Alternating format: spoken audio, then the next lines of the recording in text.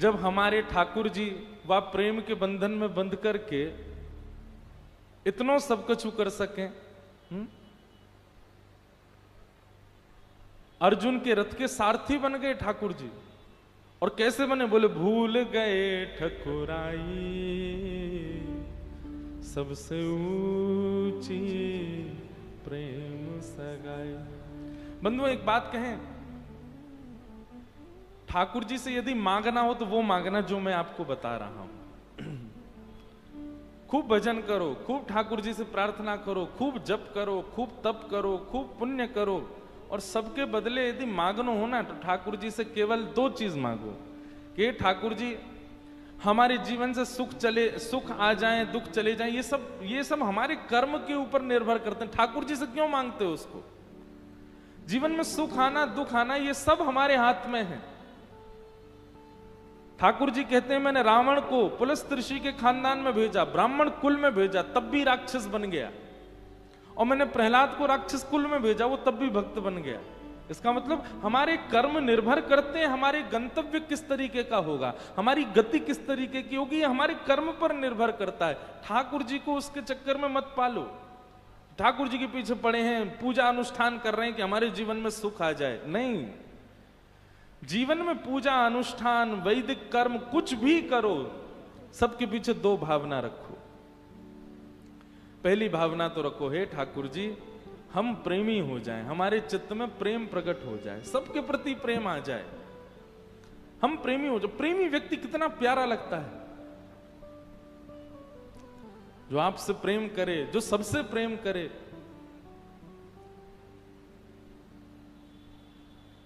हमारे संत वृंदों को देखो, उनको हम प्रणाम क्यों करते हैं, उनको हम वंदन क्यों करते हैं? उनके चेहरे से, उनके भाव से प्रेम छलकता है, वो प्रेमी जैसे दिखते हैं। और कोई संत ऐसे ही भौं मोड़ करके बैठा रहता हो 24 घंटा, कौन जाए उसके पास? चला दे भैया तानपुरा, कौन जाए उसके पास? प्रेम के भाव से ही सब लोग जाते हैं। तो सबसे पहली तो कामना करो, हे नाथ हमारे अंदर प्रेम आ जाए, हम प्रेमी हो जाएं।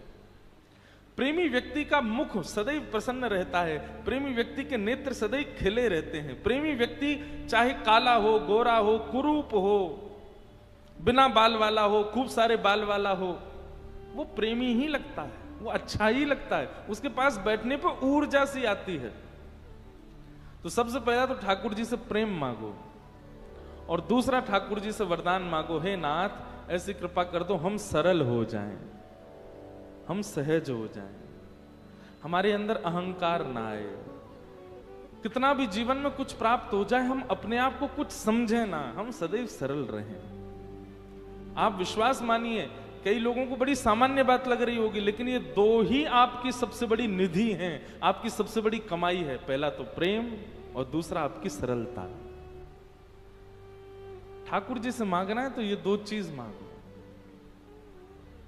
और कुछ मत मांगो। और सब आपके कर्म पर निर्भर है, आपके हाथ में है, आप सब कर सकते हो। तो हमारे सिंधी समाज के लोग बहुत प्रेमी हैं, बस प्रेम में जबरदस्ती वाला प्रेम है। महाराज जी करना ही पड़ेगा, चाहे आपके हाथ पांव टूटे, हमसे प्रेम करना ही पड़ेगा। बुरा मत मानना आप लोग, हम ऐसे मजाक में बोल रहे हैं। प्रेम अधिकार देता है जबरदस्ती करने का। ऐसा नहीं है किसी ने जबरदस्ती करी नहीं है हमारे साथ, पर यहाँ के वैष्णव बहुत प्रेमी हैं, और उसमें भी वसन शाह दरबार के हमारे कालीराम साईं, उनके माताजी, उनकी गृहिणी, उनके बालक सब इतने प्रेमी हैं, इतना प्रेम करते हैं। इसलिए वृंदावन खिंचा चला आता है उल्लासनगर। नहीं तो महाराज वृंदावन को खींचवे की सामर्थ्य अच्छे अच्छे 30 मार खान में ना है। ये वृंदावन को खींचवे की सामर्थ्य तो केवल प्रेम में है, इसीलिए वृंदावन आता है। तो आप सबका ये प्रेम दिनों दिन बढ़ता रहे, आप सब ऐसे प्रेमी बने रहो। प्रेम आपका चित्त कभी त्याग ना करे। तो प्रेम है कारण बार बार यहां आने का। और अब तो ऐसा भी हो गया है कि मुंबई का कोई भी क्रम है तो पहला ख्याल यहीं का आता है। अभी साईं ऐसा भी हो गया है कि मैं कहीं कथा करने जाता हूं, लोग बाग आते हैं, तो कहीं जाऊं या आऊं सब लोग कहते हैं जय श्री कृष्ण राधे राधे। सबको मैं प्रणाम करता हूं, जय श्री कृष्ण राधे राधे, सबको हाथ जोड़ के वंदन करता हूं। यहां की बात अलग है। अब कई बार कहीं और जगह कथा होती है, वहां जब हम जय श्री कृष्ण राधे राधे सब बोलते हैं, तभी एक बोलेगा बोल बसन गोट की और जैसे ही बोलता है बसन गोट, मैं एक बार तो जरूर देखता हूं कौन बोला। बोले तुम बसन शाह दरबार? बोला हाँ महाराज जी वहां से। तो एक ना एक व्यक्ति वो रोक देता है और उस समय उसका एक शब्द बोलते ही पूरा यहीं का भाव घूम जाता है। और उसके एक शब्द बोलने से कितने सारे लोगों की याद आ जाती, पूरे उल्लासनगर की याद आ जाती है। वसन गोट की जय, उसने ये 4-5 शब्द कहे हैं, इतने में तो मुझे उल्लासनगर याद आ जाता है, वसन शाह दरबार याद आ जाता है, हमारे यहाँ के सब प्रेमी याद आ जाते हैं, मैया याद आ जाती हैं, साईं याद आ जाते हैं, दाल पकवान याद आ जाता है सब याद आ जाता, पूरे 7 दिन की स्मृति घूम जाती है चित्त में एक जय जयकार बोलने से। बोलो वृंदावन बिहारी लाल की जय। नख पे धार लियो गिरराज, नाम गिरधारी पायो है, गिरधारी पायो है, नाम बनवारी पायो है, नख पे धार लियो गिरराज, नाम गिरधारी पायो है। आप ही पूजे आप पुजावे। ठाकुर जी सब ब्रजवासीन को लेकर के महाराज गोवर्धन पहुंचे और सब ब्रजवासीन ने 56 भोग लगाए और वह 56 भोग को पावे के काजे 4 भुजा वाले श्री गोवर्धन नाथ प्रकट है गए। 56 भोग की कछु सामग्री नारद जी ने जाकर के इंद्र को प्रदान करी। इंद्र कोपित हो गए और इंद्र ने मेघ मालाओं को आज्ञा कर दी, बरसने लगे वृंदावन पर। और जैसे ही मूसलाधार वर्षा हुई, सब ब्रजवासी दौड़े, त्राहिमाम त्राहिमाम। हम तो पहले ही मना कर रहे भैया, अपने देवता को छोड़ के या के देवता को मत पूजो, इंद्र नाराज है गयो है। ठाकुर जी बोले भैया जिनकी शरण में आए हो उन पे विश्वास करो। अच्छा एक बात कहें बंधुओं, जैसे ही जीवन में कोई अनहोनी जैसी होती है या आपका कोई काम थोड़ा सा बिगड़ जाता है, तो आप उस समय ये सब विचार मत करने लग जाया करो, ओहो वो अंबरनाथ में महादेव पर मैंने जल चढ़ाया था, उस समय ये नहीं चढ़ाया मैंने, इसीलिए शायद मेरे काम बिगड़ रहे हैं। वहां देवी देवता पर मैंने ये वस्तु चढ़ा दी थी, तब पुजारी जी मुझसे कह गए थे कि ये भी कर देना, मैं तो करना भूल, उसी वजह से काम। ऐसा कुछ नहीं है, देवता इतने खाली नहीं बैठे कि आप उन पे कुछ नहीं चढ़ाओगे तो ही वो आपको कष्ट देंगे, तो ही आपके जीवन में संकट आएगा। 33 कोटि देवताओं को एक हमारे करने से कोई क्रिया लगती हो ऐसा नहीं है, और हमने कुछ नहीं किया तो उससे देवता नाराज होकर के हमको कष्ट दें, ऐसा देवताओं का स्वभाव नहीं है। क्षमा कीजिएगा, मैं मंच से कह रहा हूं, कई बार कई परिवारों में ऐसा सुना जाता है कि किसी को देवी आ गई, किसी को देवता आ गए, और वो कह रहे हैं कि तुमने मेरा जोत नहीं जलाई थी, तुमने मेरी ये नहीं किया था, ऐसा हुआ। ये साइकोलॉजी है, देवताओं पे इतना समय नहीं कि वो आपके ऊपर आवे। हमारी विचारधारा बन जाती है ऐसी कि हमारे ऊपर देवी देवता आ गए। हम इतने पवित्र हैं, इतने शुद्ध हैं हम अंदर से कि देवता आएंगे हमारे ऊपर। और मुझे बहुत आश्चर्य लगता है कि देवी देवताओं पर कोई काम ही नहीं है। इसलिए भैया ये इन सब बातों में मत जाया करो, उनका ये नहीं किया, उनका ये नहीं किया, उनका ये, वो नाराज नहीं होते हैं, आपकी भलाई के लिए वो क्रिया है, करनी चाहिए। भूल जाओ तो क्षमा मांग के दोबारा कर लो, उस पर अपशगुन मत समझो उसको। और ये मैं बिल्कुल फैक्ट बात कह रहा हूं आपसे। मैं कभी कभी इतना व्यस्त हो जाता हूं, अपने लाल जी की सेवा नहीं कर पाता। अब ना करने के कारण अब मैं ये सोचूं कि ठाकुर जी नाराज हो रहे होंगे, ठाकुर जी कह रहे होंगे तू ही वंचित है, रो मोह स्पर्श करवे तो मोह कोई दिक्कत ना है, तेरी सेवा जा रही है, तू ही मेरे पास ना बैठ पा रहा। तब मुझे चिंता होती मैं ठाकुर जी के पास क्यों नहीं बैठ। उसका मतलब ये थोड़ी ठाकुर जी की सेवा नहीं करी ठोकर लगी, ओहो लाल जी नाराज है गए, तू मेरी सेवा नहीं कर रहा, ऐसा नहीं भाई। केवल भारत की बात करो, 125 करोड़ हैं हम लोग वैसी भक्ति करते हैं। कितने भक्त हैं भारत में। ठाकुर जी केवल मेरे घर की ही सब्जी रोटी पा रहे होंगे जरूरी थोड़ी है। कितने वैष्णवों के मंदिरों की सेवा कैसी होती, वैसी सेवा हम कर सकते हैं। ठाकुर जी को प्रसन्न करने के लिए हम सेवा नहीं कर रहे हैं, हम अपने सुख के लिए सेवा कर रहे हैं। वो बात अलग है कि हमारा देह यही होना चाहिए कि वो प्रसन्न हो, बाकी हमारे ना करने से वो रुष्ट हो जाए ऐसा नहीं होता। ठाकुर जी नाराज होने के और भी कारण है ठाकुर जी के। किसी के साथ छल करोगे, कपट करोगे, किसी के साथ जबरदस्ती दुष्कर्म करोगे, तब होते हैं नाराज।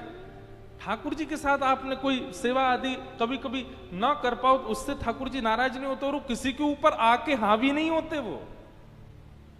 इसलिए ऐसी विचारधारा मत रखिएगा।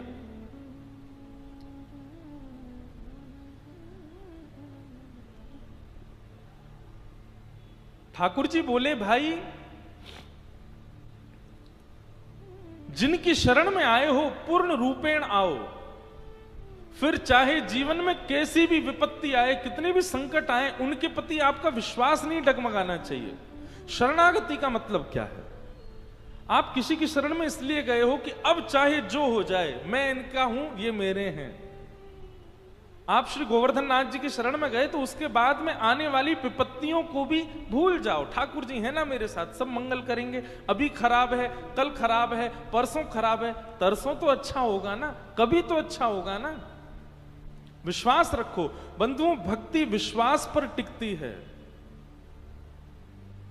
आपका न विच्छिन्न होने वाला विश्वास ठाकुर जी के प्रति होना चाहिए। केवल अच्छा ही अच्छा हो रहा है इसलिए ठाकुर जी बढ़िया बढ़िया बने रहो, और नेक खराब हो गई सो ही ठाकुर जी खराब हैं, ठाकुर जी बेकार हैं, ठाकुर जी ऐसे हैं, ऐसा थोड़ी। जीवन में चाहे जैसी परिस्थिति आए आप अपने ठाकुर जी का त्याग मत करो। भाई पुत्र चाहे जैसा हो, पुत्र कम बुद्धि वाला हो, पुत्र अपने शरीर से अपंग हो, पुत्र ठाकुर जी की कृपा से बहुत सुंदर हो, बहुत विद्वान हो, या फिर ठाकुर जी की अनंत कृपा से पुत्र संसार के लायक ना हो, कैसा भी हो, माता पिता त्याग दे क्या उसको। और क्षमा कीजिए, जो माता पिता अपने बालकों को त्याग देते हैं या जो बालक अपने माता पिता को त्याग देते हैं,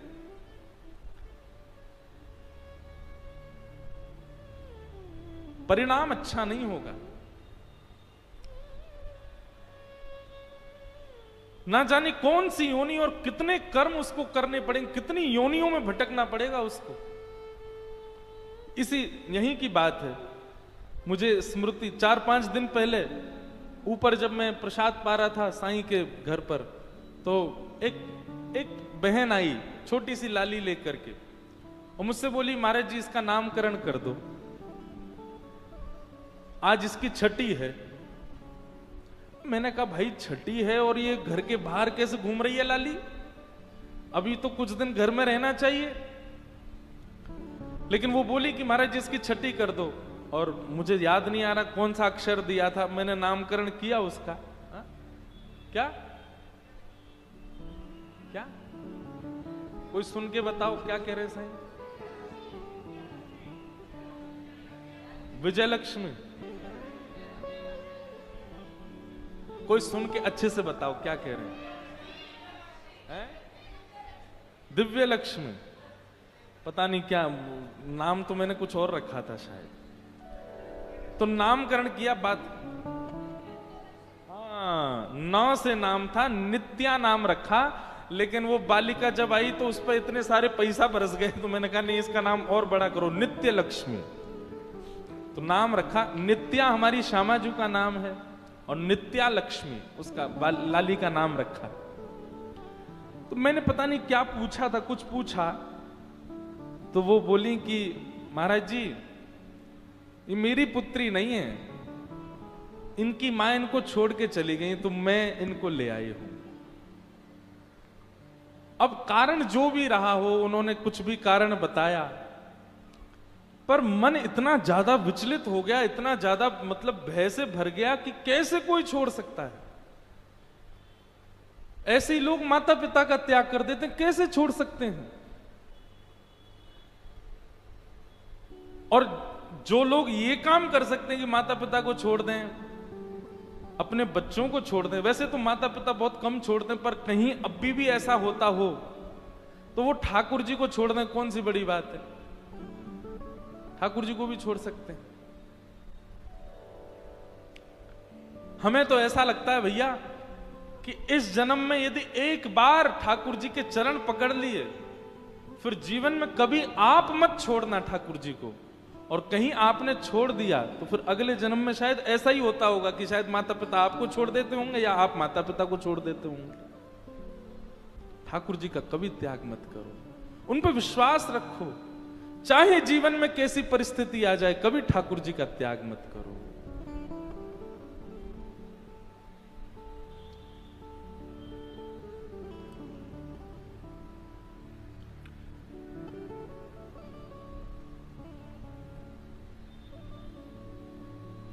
ठाकुर जी ने सब ब्रजवासियों से कहा, जिनकी शरण में आए हो उनकी शरण पर विश्वास तो करो।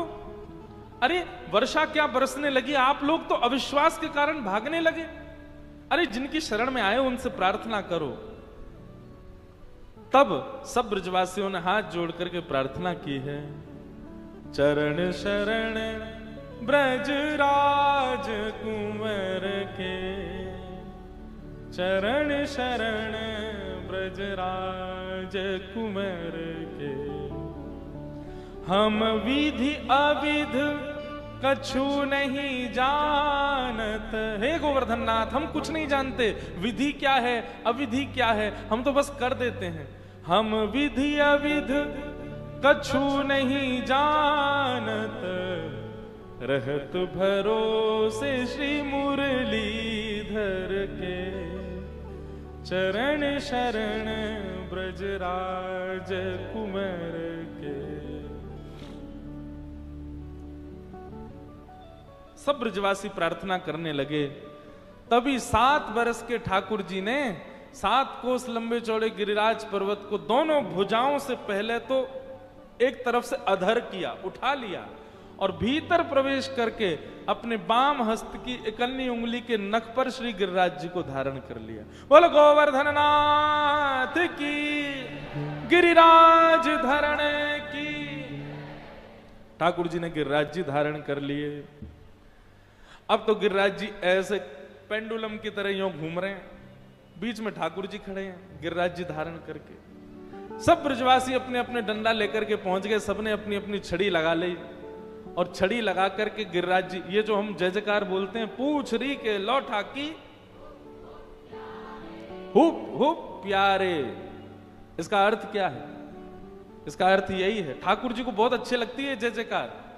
जब गिरिराज जी ऐसे, ठाकुर जी बीच में खड़े हैं, दामाडोल हैन लगे, तो जा तरफ गिरिराज जी झुके वही तरफ तो ब्रजवासी अपनी अपनी छड़ी लगावे, और छड़ी लगा करके जैसे जोर लगा के हई सा हम लोग बोलते हैं आजकल, ऐसे ही सब ब्रजवासी जोर जोर से अपनी छड़ी लगा करके हुप हुप ऊपर करें गिरिराज जी को। और जैसे ही गिरिराज जी ऊपर रह जाएं, सब कहें बोलो प्यारे की जय हो, प्यारे की जय हो।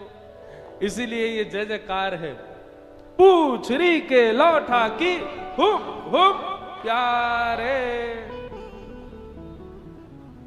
या तरफ से गिरिराज जी को उठावे, या तरफ से गिरिराज जी को उठावे, बीच में ठाकुर जी अपनी कन्नी उंगली लगा करके खड़े हैं धारण करके। सब ब्रजवासी बोले लाला हमने अपनी अपनी छड़ी लगा ली है, तू अपनी उंगली नीचे कर ले। ठाकुर जी बोले क्या कह रहे हो? बोले अपनी उंगली नीचे कर ले, हमने छड़ी लगा दी, गिरिराज जी टिक गए। लाला हम सबन की छड़ी इन पर गिरिराज जी टिक गए। ठाकुर जी बोले मतलब तुम्हारी छड़ी पर टिक रहे हैं गिरिराज जी? भाई 7 कोस लंबे चौड़े, मतलब 21 किलोमीटर लंबे, 21 किलोमीटर चौड़े गिरिराज जी तुम्हारी छड़ी पर टिक रहे हैं। मधुमंगल श्रीराम बोलो तो का तेरी उंगली पर टिक रहे हैं जी? ठाकुर जी बोले और नहीं तो का मेरी उंगली पे ही टिक रहे हैं ये। ब्रजवासी बोले लाला देख तू बात ने मत बनाए कर, हम भाई तेरी नेक सी उंगली, नेक सो लाला, नेक सो हाथ, नेक सी उंगली, और बा ऐसे लगा खड़ो जैसे यही ना उठा रखे का। नीचे कर ले यार, बात ने मत बना, हमने अपनी छड़ी लगा ली है। ठाकुर जी बोले तुमको विश्वास ना है रो मैंने उठा रखे हैं? बोले ना लाला हमें विश्वास ना है, तू उंगली नीचे कर, हमारी सब छड़ी इन पर टिक रहे और तू अब नीचे आजा, बैठ जा नीचे। ठाकुर जी मुस्कुराने लगे, बोले भैया जय हो ब्रजवासी इनकी, इनके सामने कछु भी कर लो। प्रेम का ये स्वरूप है बंधुओं, प्रेम जिससे हम करते हैं वो चाहे जितनी बड़ी लीला कर ले, हमारे प्रसन्नता में नेत्र सजल हो जाएंगे, हम प्रसन्न हो जाएंगे, पर उसकी प्रभुता हम स्वीकार नहीं करते। प्रेम का स्वरूप होता है। ठाकुर जी बोले तो भैया संभालो सब, मैं उंगली नीचे कर रहा हूं अपनी। ठाकुर जी ने जैसे ही उंगली नीचे करी महाराज चट चट चट चट सबकी छड़ियां टूटने लगी। अरे लाला लाला संभाल संभाल संभाल। ठाकुर जी ने फिर से अपनी उंगली लगाई। अब तो सबन की छड़ी टूट गई, सब अपनी छड़ी देख रहे हैं, बोले अरे इतने मोटे मोटे हमारे बांस के डंडा टूट गए और अब दूर दूर तक कोई छड़ी नहीं है, अकेले ठाकुर जी अपनी इकन्नी उंगली पर धारण करके खड़े हैं। ब्रजवासियों को विश्वास नहीं हो रहा। ठाकुर जी तो मंद मंद मुस्कुरा रहे हैं, कही मैं तो कह रहा हूं कि मैंने ही धारण कर रखे हैं। लाला ये सांची तेने धारण कर रखे हैं? बोले हम बे कैसे? तेरी उंगली में इतना बल कहां से आ गो लाला? तेने इतना बड़ा पर्वत कैसे उठा लियो? ठाकुर जी बोले हम जय जय हैं कि हमारे ऊपर टिक रहो है। अरे हम तो बचपन से ही कहते आए हैं, मैया ते कही, बाबा ते कही, सब सखियन ते कही, मैं ही जय जय हूं, कोई माने ही ना है। हम जय जय हैं। ठाकुर जी ने जैसे ही धारण कियो, सब ब्रजवासी बोले लाला तू जो कहोगे सबरी बात मानेंगे, लेकिन यह ना मानेंगे कि तू जय जय, तू जय जय ना है। ठाकुर जी बोले या मानवे में कहा तुम्हें दिक्कत है रही है? अरे मैं ही पर ब्रह्म हूं, मैं ही नाथ हूं, मैं ही त्रिलोकी नाथ हूं, मैं ही नारायण हूं, मैं ही सुदर्शन चक्रधारी। चल चल बात मत बनावे, इन सब बातों ने मत करे। ये मान लेंगे कि तेरी उंगली पे गिरिराज जी टिक रहे हैं, लेकिन ये नहीं मानेंगे कि तू जय जय। तू भगवान थोड़ी लाला, तू तो हमारा लाला है, तू तो हमारा नेक सब कन्हैया है, तू भगवान थोड़ी है। ठाकुर जी के नेत्र सजल हो गए। लाला तू जय जय तो ना है, लेकिन यूं बता दे तेरी उंगली में इतनी शक्ति कैसे आई? मधुमंगल श्रीदामा बोले हमें बता दे, वो कल ते हम उठा ले करेंगे। लाला बता दो दे कैसे आई शक्ति। ठाकुर जी बोले ये स्वीकार कभी नहीं कर सकते कि मैं भगवान हूं। और बंधुओं मैं कथा में बार बार इस बात को कहता हूं कि ब्रजवासियों से ठाकुर जी का इतना प्रेम इसलिए हुआ क्योंकि ब्रजवासियों के सामने इतने चमत्कार कर दिए, ठाकुर जी ने प्रमाणित कर दिया कि वो भगवान है। लेकिन फिर भी ब्रजवासियों के प्रेम ने ठाकुर जी को लाला ही रहने दिया, कभी भगवान के रूप में परिवर्तित होने नहीं दिया।